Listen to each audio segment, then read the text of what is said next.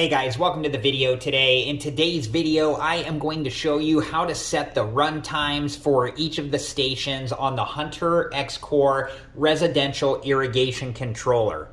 And I'll go through this step by step, but before I begin, I wanted to let you know that I do have other Hunter X-Core residential irrigation controller videos and sprinkler system repair videos that I will link in playlists at the end of this video. And if you're interested and have time, please check those playlists out. And make sure to refer to your Hunter X-Core owner's manual and programming instructions for all the specifics on this process. Okay, so the first thing that we're going to do is to move the dial to the run times position. Currently I'm on program A, but you can change the program by pressing the program button. So I'm on station 1 currently, and you can add time to this station by pressing the plus button, or you can decrease the time to this station by pressing the minus button.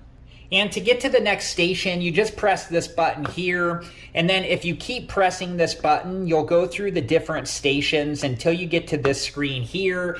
And this screen here shows the total runtime for all of the stations on that program. And then if we press this button again, we return back to station 1. And once you have the time set for all of the stations, you just move the dial back to the run position. Alright guys, well that was it for this video, and I hope it's been helpful, and thank you so much for watching.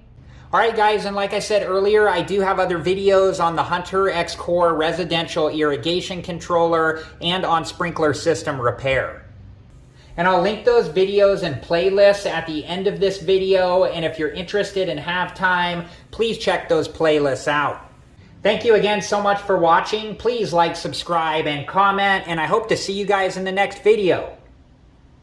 Have a good one. Thank you guys for watching. Please like, subscribe, and comment. And if you have the time, check out these other great videos.